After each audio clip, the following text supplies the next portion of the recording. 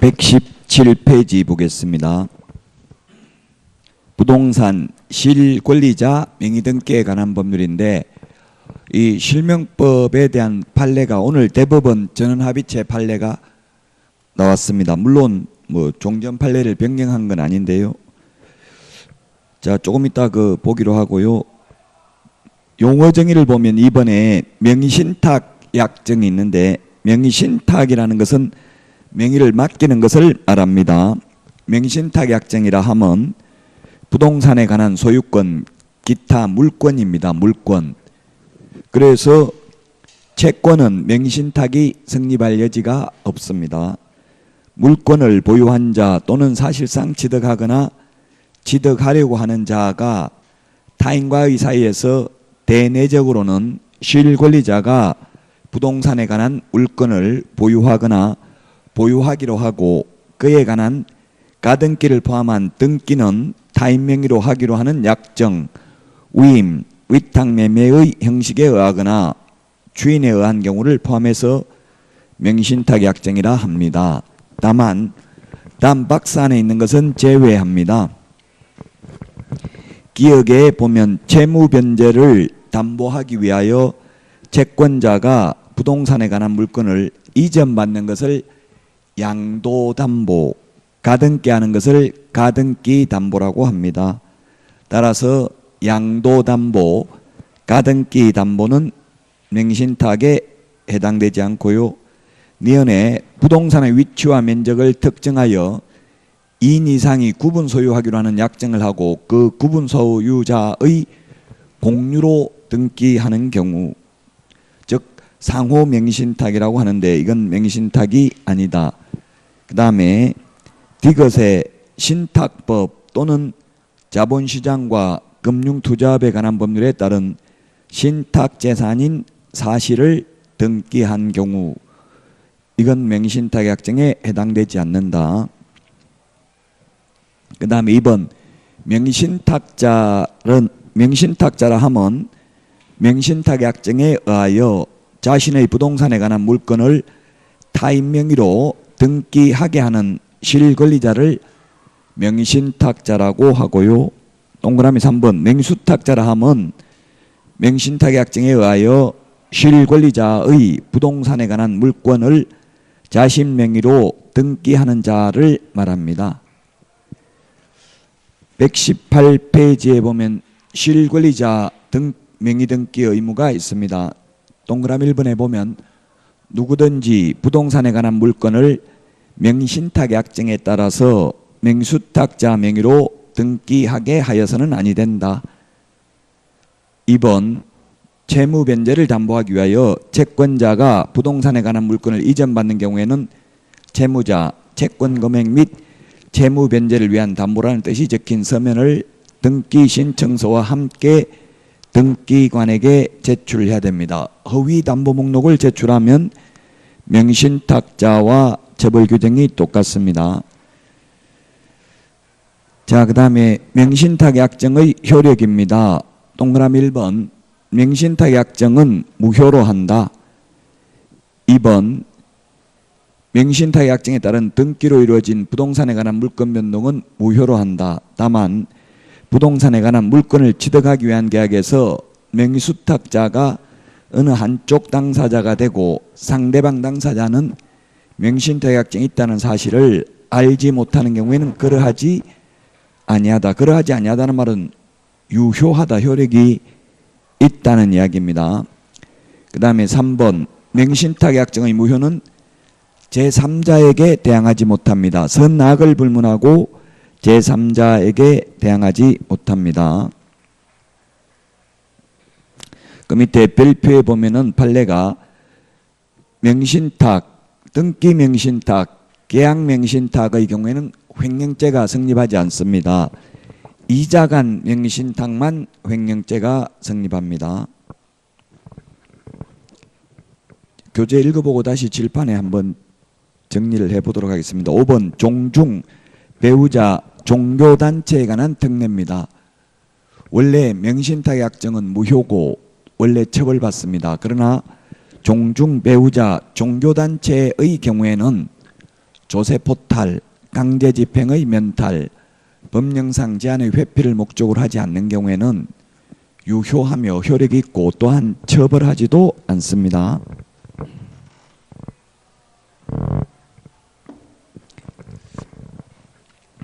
(6번에) 보면 명의신탁의 약정에 대한 벌칙입니다. 119페이지에 보면 가장 무거운 게 5년 이하의 징역 또는 2억 원 이하의 벌금에 처하는 게 있는데, 그게 명의신탁자, 3년 초과 장기미 등기자, 허위 담보 목록을 제출한 자가 되겠습니다. 그 다음에 3년 이하의 징역이나 1억 원 이하의 벌금은 명의수탁자입니다.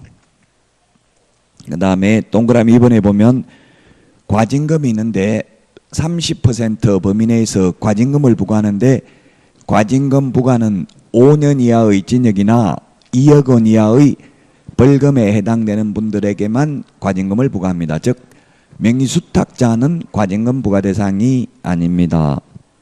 자, 그 다음에 동그라미 3번 이행강제금인데, 역시 이행강제금도 명의수탁자는 이행강제금 부과 대상이 아닙니다. 즉 5년 이하의 징역이나 2억 원 이하의 벌금에 해당되는 경우만 과징금 부과 대상이고, 과징금을 부과받고 나서도 1년 이내에 실명 등기를 안 하면 1차 이행강제금 10%를 부과합니다.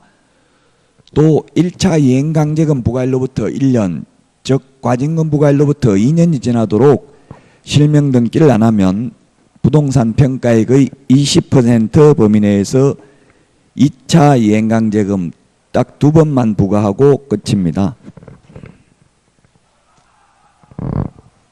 이 부동산 실권리자 명의등기에 관한 법률은 민사특별법에서 민법에서 반드시 한 문제가 출제되고, 우리 공인중개사법에서는 반드시 출제되는 파트는 아닙니다. 명의신탁의 유형이 3가지가 있습니다. 두 사람 간의 명의신탁이 있고, 그 다음에 3자 간 명의신탁, 또는 이것을 등기 명의신탁, 또는 중간생략형 명의신탁, 이런 말을 쓰고요. 그 다음에 3번째 계약 명의신탁이 있습니다.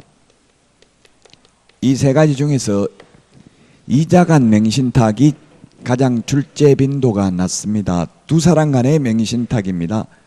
오늘 대법원 판례가 이 2자 간 명의신탁에서 오늘 대법원 전원합의체에서 선고가 있었습니다.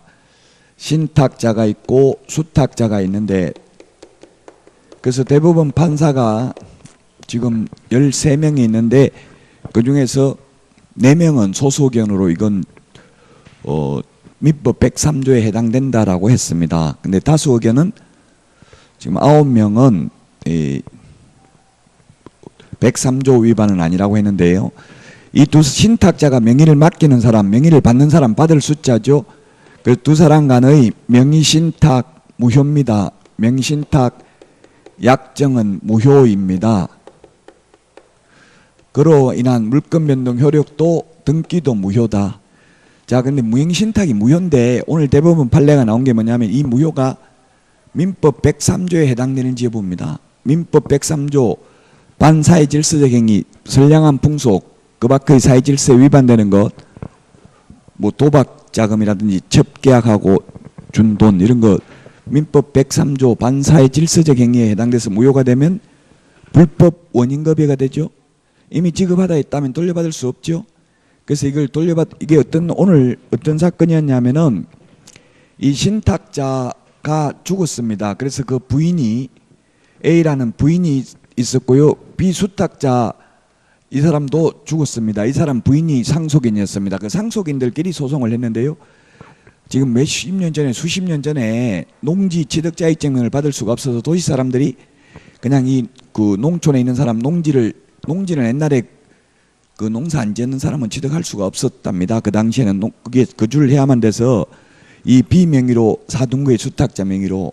근데 지금 와서 다 죽고 이 당사자는 다 죽고 없는데 상속인이 신탁자가 명의 넘겨달라고 하니까 이 수탁자가 주장한 게 103조 위반이다. 그러므로 불법 원인급여이기 때문에 돌려줄 필요가 없다 이렇게 주장했는데 결국 불법 원인급여는 아니고 명의는 돌려줘야 된다 등 판결, 옛날 종전 판례를 그대로 확인했습니다. 이제 앞으로 언젠가는 이게 103조에 위반될 가능성은 있죠. 지금 현재까지는 무효이기는 하지만 무효니까 효력이 없으니까 어떻게 된다고요? 명의는 누가 소유자라는 이야기? 신탁자가 소유자라는 이야기죠. 무효니까 명의는 돌려줘야 된다는 이야기입니다. 자, 그래서 수탁자가 이 수탁 부동산을 제3자에게 처분하면 제3자는 선악을 불문하고 유효하게 소유권을 취득합니다. 그러나 이 수탁자는 형법상 횡령죄의 죄책이 성립합니다.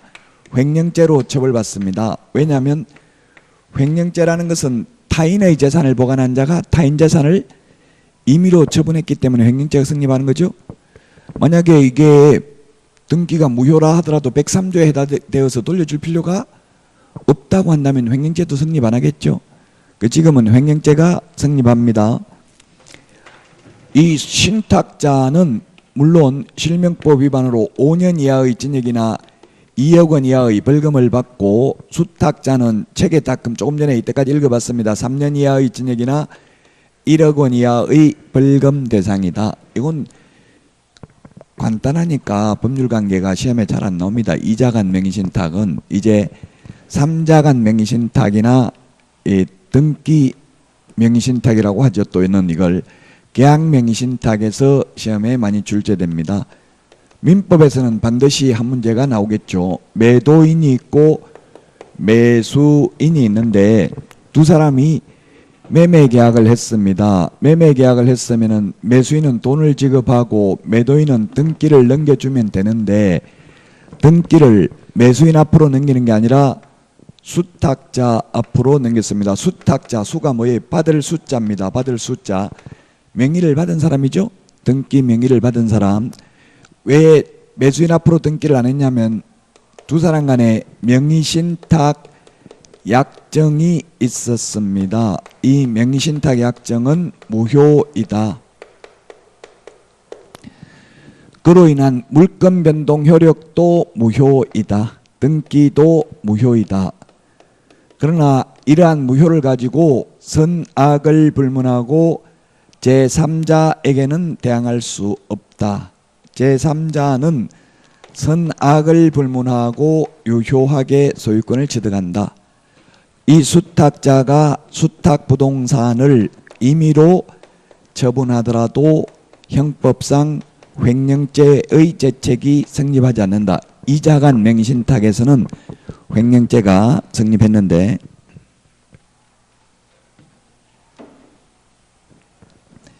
자, 그러면 신탁자인데 매수인이 신탁자인데요.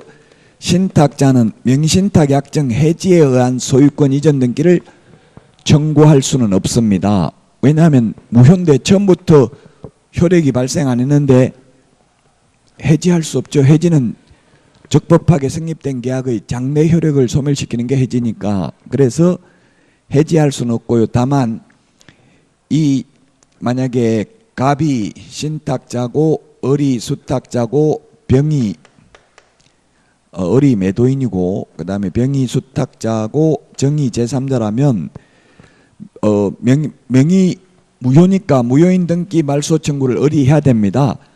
진정명의 회복 등기를 신청하거나 무효인 등기 말소 청구를 해야 되는데 안 하면 갑이 을을 대위해서 말소 청구할 수 있고 매매계약은 여전히 유효하므로 매매계약에 의해서 갑 명의로 등기를 이전하는 때에 신탁자가 소유권을 취득하게 됩니다. 이러한 명의신탁을 하게 되면 신탁자는 5년 이하의 징역이나 2억 원 이하의 벌금, 수탁자는 3년 이하의 징역이나 1억 원 이하의 벌금에 해당됩니다. 자, 그 다음에 계약 명의신탁입니다. 마지막으로 매도인이 있는데 그리고 매수인이 있습니다. 매수인이 물건을 샀는데 부동산을 취득했는데 매수인 자기 돈 가지고 산 게 아니라 신탁자가 자금주, 물주, 전주가 따로 있었습니다. 두 사람 간에 명신탁 약정을 맺었는데 이 명신탁 약정은 무효이고요.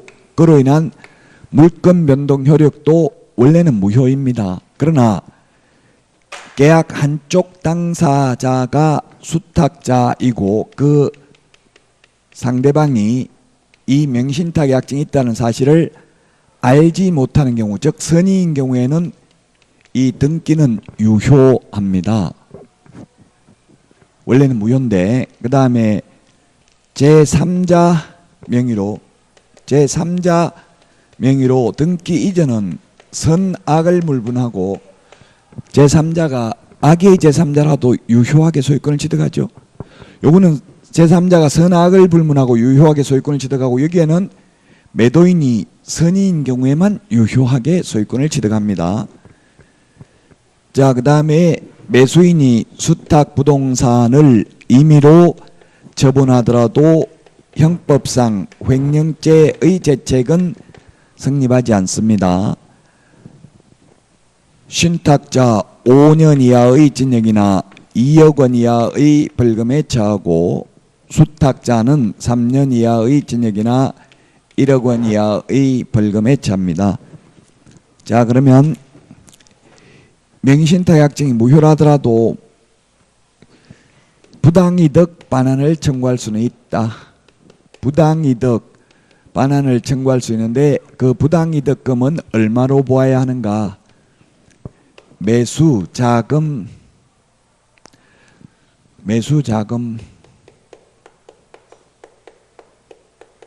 금원을 부당이득하였다고 봄이 상당하다. 부동산 자체를 부당이득하였다고 봄이 상당하다. 우리 거기 서브노트 118페이지 중간에 박스에 보면은 판례가 있는데 밑줄 지났습니다. 시행 후에 실명법 제정 시행 후에 명의신탁 약정이 이루어졌다면 뭐라고 되어 있어요? 매수자금 금원만 부당이득하였다고 봄이 상당하다. 그러나 실명법 제정 이전이라면 부동산 자체를 부당이득하였다고 봄이 상당하죠. 그래서 지금 재판에 회부적인 게 MB 처남이 도곡동 땅을 20억 주고 샀습니다. 20억 주고 샀다가 포스코 건설에 이걸 263억인가 팔아가지고 양도소득세 내고 나서 한 200억 정도가 남았습니다. 그러면 누군가가 신탁자가 있기는 있는데 누군지 아직까지 밝혀지지는 않았습니다. 있기는 있다고 결론이 났어요, 옛날에. 그러면 만약 이 신탁자가 있다면 200억 다 돌려달라 할 수 있다. 대준 돈 20억만 돌려달라 할 수 있다. 이게 문제인데 그건 언제 1995년 7월 1일 실명법 제정 전에 이루어졌다면 200억 다 돌려달라 할 수 있다고요. 그 도곡동 땅은 실명법 제정 95년 7월 1일 전입니다. 그래서 부동산 자체를 다 돌려달라 할 수 있고 1995년 7월 1일 이후에 명의신탁 약정이 이루어졌다면 매수자금 금원만 부당이득가 있다고 보는 게 상당합니다.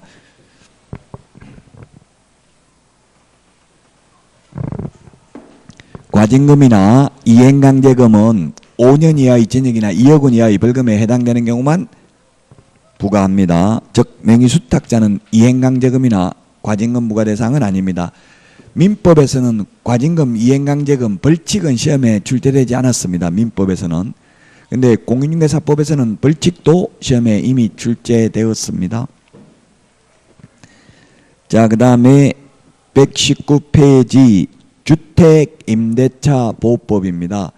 주택임대차 보호법 민법에서도 반드시 출제되고 우리 중개실무에서도 반드시 출제되는 파트입니다. 자, 거기 2번에 우선 변제, 3번에 최우선 변제가 있습니다. 우선 변제, 최우선 변제가 있는데 우리 법조문에는 최라는 말이 없습니다. 법조문에는 학자들이 쓰는 말입니다.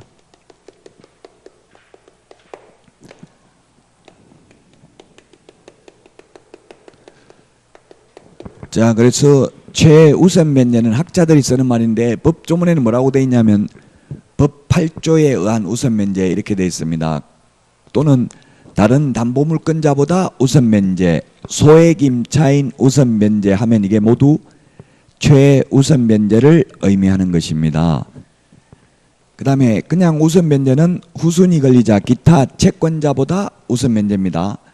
그래서 법 시험에 나올 때는 이 최우선 면제를 최라는 말을 쓰지 않고 나올 수 있다고요. 다른 담보물권자보다 우선 면제 이렇게 하면 그게 최우선 면제입니다. 최우선 면제만 받으려면 대항력만 갖추면 됩니다. 대항력이란 판례는 대항력의 효력이 발생하는 시기를 의미한다라고 하고 있습니다. 그래서 주택의 인도, 이사가 되겠죠. 그 다음에 주민등록, 전입신고입니다. 하고 나면 그 다음날 오전 0시에 대항력이 생깁니다. 우선 면제는 대항력에다가 확정일자까지 받아야 우선 면제 효력이 있습니다. 확정일자까지 받아야 됩니다. 만약 상가라면은 상가는 인도는 똑같고요. 주민등록 대신에 상가의 경우에는 뭡니까? 사업자 등록 신청이 되겠죠. 사업자 등록 신청한 다음 날입니다. 상가의 경우에는. 그 다음에 확정일자를 주택의 경우에는 동주민센터, 등기소, 등기과, 공정인 사무소에서 받을 수 있습니다. 근데 상가의 경우에는 확정일자를 세무서에서 받아야 됩니다. 반드시 세무서. 상가는 세무서.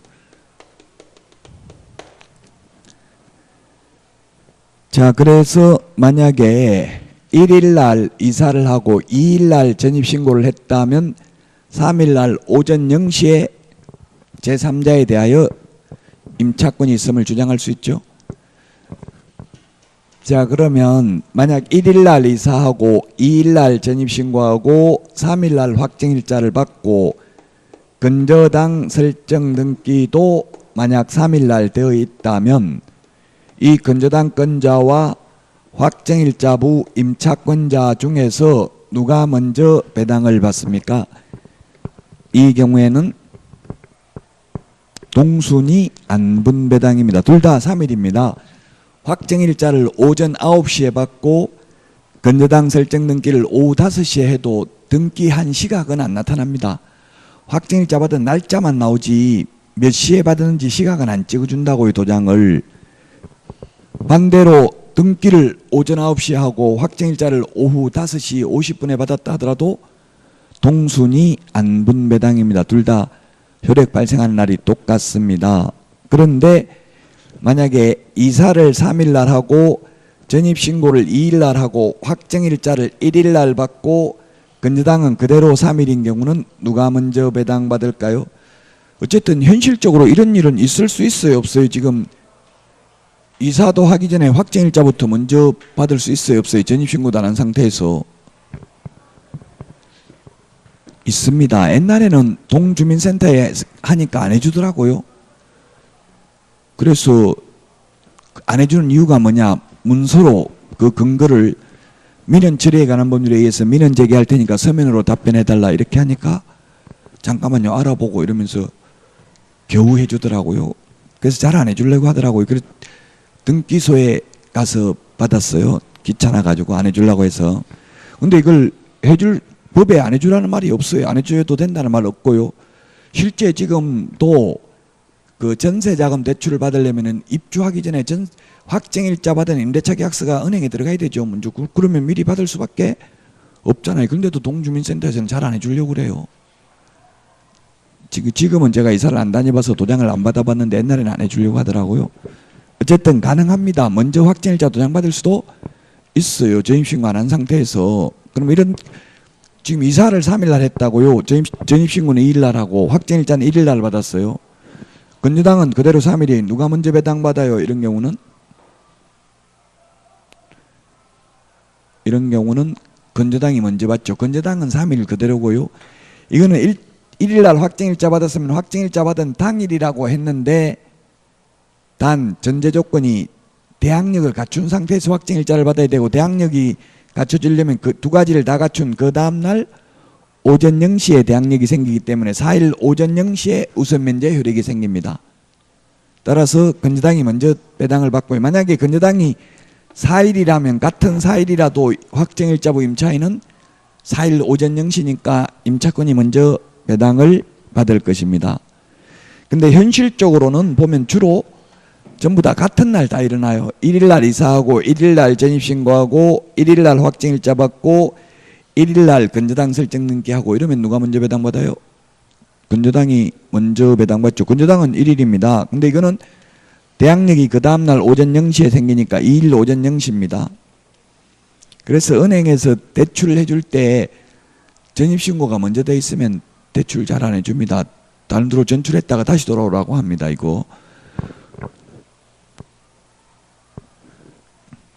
자, 그래서 우선 면제, 최우선 면제 이거는 꼭 기억을 해야 되고요.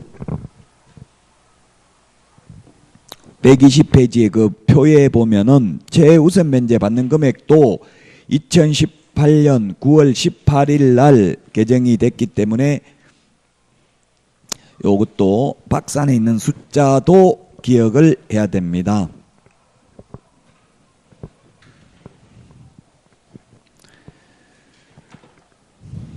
서울인 경우에는 1억 1,000만 원 이하인 경우에 나누기 3을 해서 100만 원 단위로 절상을 합니다. 그러면 3,700만 원까지 최우선 면제를 받습니다. 그 다음에 과밀억제권역은 1억 원 이하인 경우에 나누기 3을 해서 100만 원 단위로 절상하면 3,400만 원까지, 광역시인 경우에는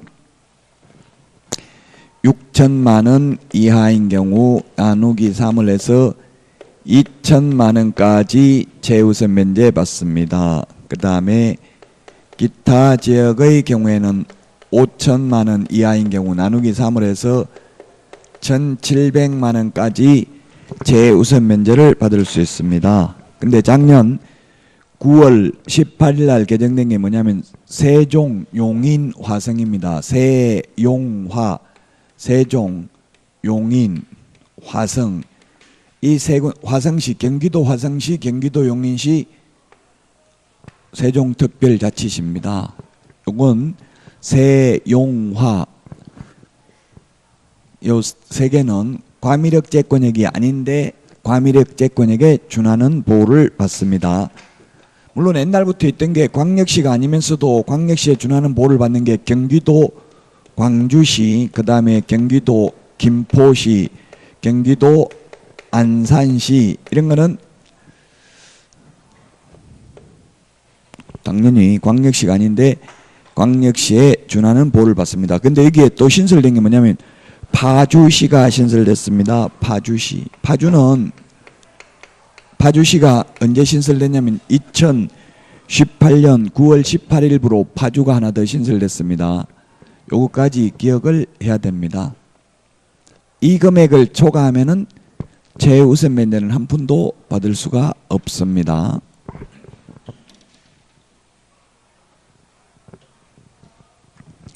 (121페이지) 메뉴의 동그라미 2번입니다.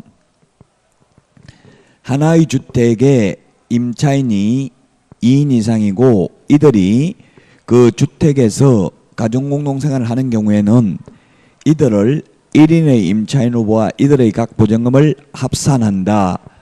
자, 이게 무슨 말이냐 하면은 만약에 과밀억제권역입니다. 과밀억제권역에 아파트가 있는데 이게 가정공동생활을 합니다. 어떻게 하는 게 가정공동생활을 하는지는 시험에 묻지는 않습니다. 다만 가정공동생활을 하는 거는 꼭 부부뿐만 아니라 친구도 가능할 수 있어요. 독립된 주방시설, 독립된 세면시설 이런 게 없다면 가정공동생활 하는 거에 조그만한 뭐 12평짜리 아파트 이런 데서 화장실도 하나밖에 없고 싱크대 이런 거 하나밖에, 주방 하나밖에 없다면 가정공동생활 한다고 봐야 되겠죠. 별도로 방 딸린, 주방 딸리고 부엌 딸린 방이 따로따로 있다면 그건 가정공동생활을 안 한다고 볼 수 있겠죠. 근데 어떤 경우가 가정공동생활을 하는지 안 하는지를 구분하는 것은 시험에 나오지 않는다고요. 일단 시험에는 가정공동생활을 한다고 보고 출제를 한다고요. 자, 그래서 가정공동생활을 합니다. 근데 과밀억제권역입니다. 과밀억제권역에서 부부가 임대차 계약을 체결하면서 전세가 2억인데 각각 개인 명의로, 남편 명의로 1억, 부인 명의로 1억 이렇게 따로 임대차 계약 체결해도 되죠. 용익물권은 일부도 가능하잖아요. 전세권도 방 한 개만도 가능하죠. 이 따로따로 이렇게 임대차 계약을 체결했으면 최우선 면제를 얼마 받냐고요. 남편 명의로 3,400, 부인 명의로 3,400 해서 합계 6,800 받을 수 있다. 한 사람 목밖에 못 받는다. 아예 최우선 면제 못 받는다. 답이 뭐냐고요. 그게 121페이지 메뉴에 동그라미 2번 읽어보고 답하시면 이들을 1인의 임차인으로 보아 이들의 각 보증금을 합산한다 이렇게 돼 있잖아요. 이 말이 무슨 뜻이냐고요. 얼마 받는다는 뜻이에요? 답은 한 푼도 못 받는다. 두 사람 보증금을 합산해서 하나의 보증금 한 사람이 2억 계약 체결한 걸로 본다 이 말이라고요. 쉽게 말하면 잔머리 굴려도 소용이 없다는 뜻입니다. 자, 그 다음에 4번에 임차권 등기 명령제도입니다. 임차권 등기는 등기법에 보면 두 가지가 있어요. 임차권 설정 등기가 있고요. 명령 등기가 있고 두 가지가 있죠. 설정 등기는 등기 권리자와 등기 의무자가 합의를 해서 하는 게 설정 등기입니다. 즉 집주인하고 세입자하고 합의가 되면 언제든지 설정 등기는 할 수 있죠. 근데 명령에 의한 등기는 이게 집주인 동의 없이 임차인 혼자서 일방적으로 하는 등기입니다. 쉽게 말하면 재판상 등기입니다. 임차권 등기 명령이라는 것도 재판의 종류입니다. 명령, 결정이. 따라서 이거는 반드시 주택이나 상가나 똑같습니다. 명령에 의한 등기는 둘 다 임대차 기간이 끝나도 주인이 보증금을 돌려주지 않는 경우에만 명령에 의한 등기를 할 수 있습니다. 등기를 하게 되면 대항력과 우선 면제권을 취득하게 되고 이미 취득하고 있던 사람들은 계속 유지됩니다. 존속됩니다. 임차권 등기 비용을 임대인에게 청구할 수 있습니다. 그리고 나중에 보증금부터 돌려받고 임차권 등기를 말소해주면 됩니다. 동시이행이 아니라 선이행입니다. 보증금을 안 줘가지고 등기를 해놨는데 또 등기 말소해주면 보증금 줄게 이렇게 해놓고 안 줄 가능성도 있잖아요. 그래서 판례가 동시행이 아니라 선이행 관계에 있다. 그래서 만약에 여러분들도 혹시 임차인으로서 이사를 가야 되는데 주인이 돈 안 돌려주면 만기 끝나도 돈 안 돌려주면 등기해놓고 가야 되겠죠. 그냥 이사 가는 순간 대항력이 상실되잖아요. 그러면 제3자에게는 조장할 수 없습니다. 그냥 순수한 채권일 뿐이에요. 채권은 채무자가 돈 없으면 받기 어렵습니다. 그 현실적으로는 보니까 이사 가면서 주인이 돈 안 돌려주니까 뭐 짐 일부 남겨놓고 가고 이랬는데 그런 다툼의 여지가 있죠. 짐의 일부를 남겨놓고 갔다 하더라도 이사를 갔다는 게 소명되면은 대항력은 상실한다고 봐야 돼요. 그래서 등기를 해놓고 가시면 되겠습니다. 민법 621조 임차권 설정 등기나 명령에 의한 등기나 등기를 하게 되면 그 효과는 똑같습니다. 다만 명령에 의한 등기는 계약기간이 끝나야만 할 수 있습니다. 자, 그 다음에 임대차 기간입니다. 기간.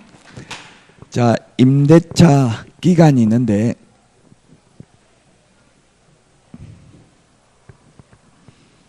임대차 기간 주택의 경우에는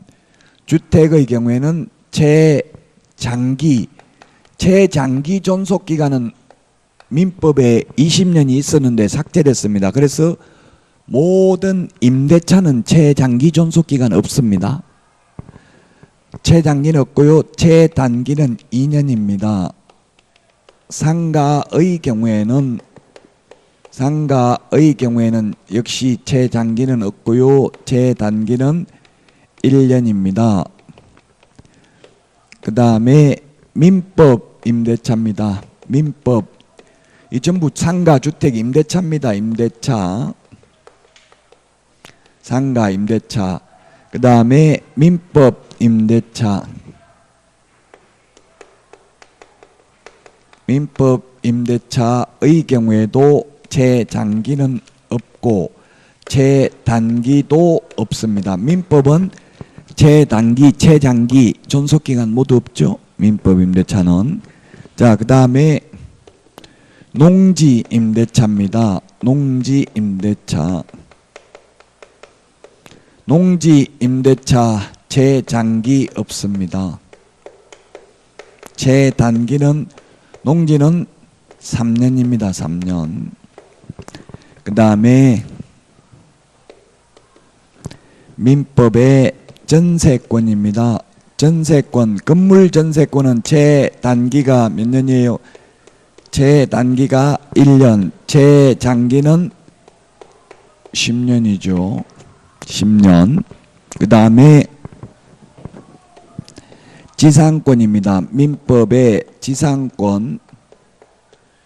지상권 최장기는 없습니다. 최장기는 없고요. 최단기 존속기간이 경고한 건물은 30년, 목조 건물은 15년, 공작물은 5년입니다. 이런 식으로 이제 여러분들이 공부할 때는 비교하는 연습을 해야 돼. 비슷비슷한 게 나오면.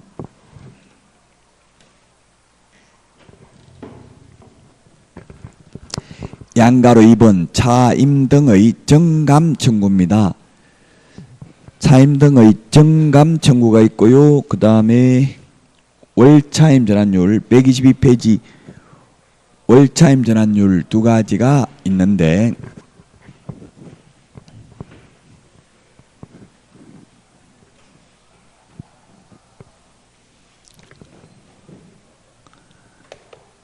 첫 번째 정감 청구. 정감 청구가 있고 그 다음에 두 번째 월차임 전환율이 있습니다. 정감 청구는 주택의 경우가 있고 상가가 있는데 주택은 20분의 1,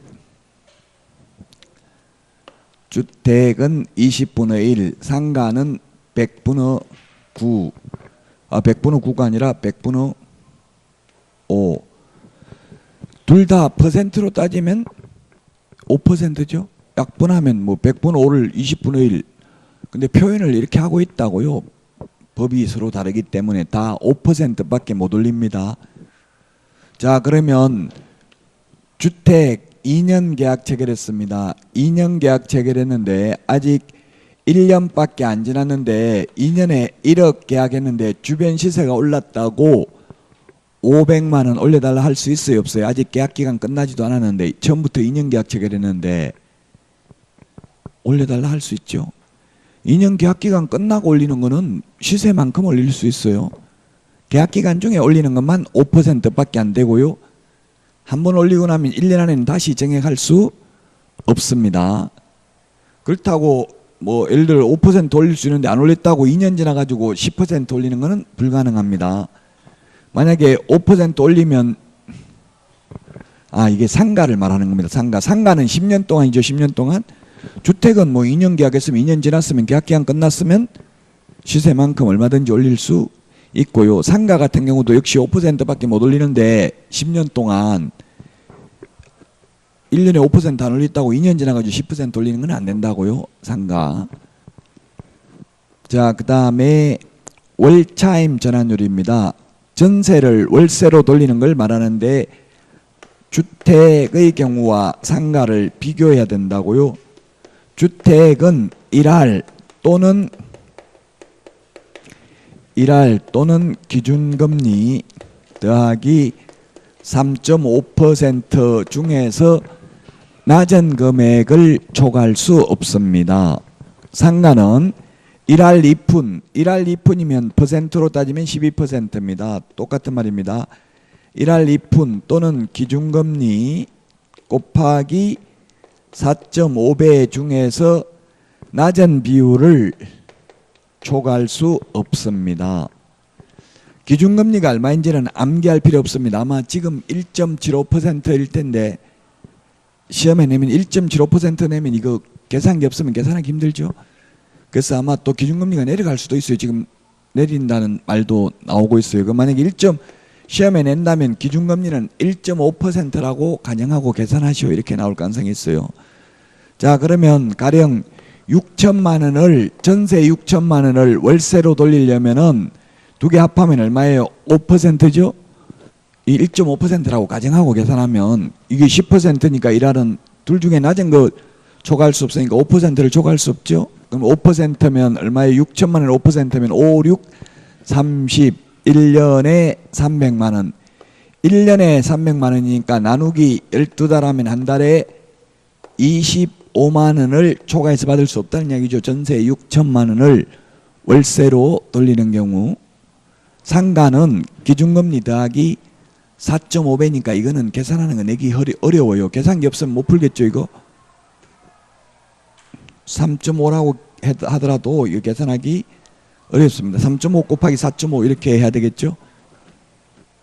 계산기 없으면 못 푸는 거는 시험에 거의 안 나온다고 보면 돼요. 계산기 쓸 일은 거의 없어요, 현실적으로는.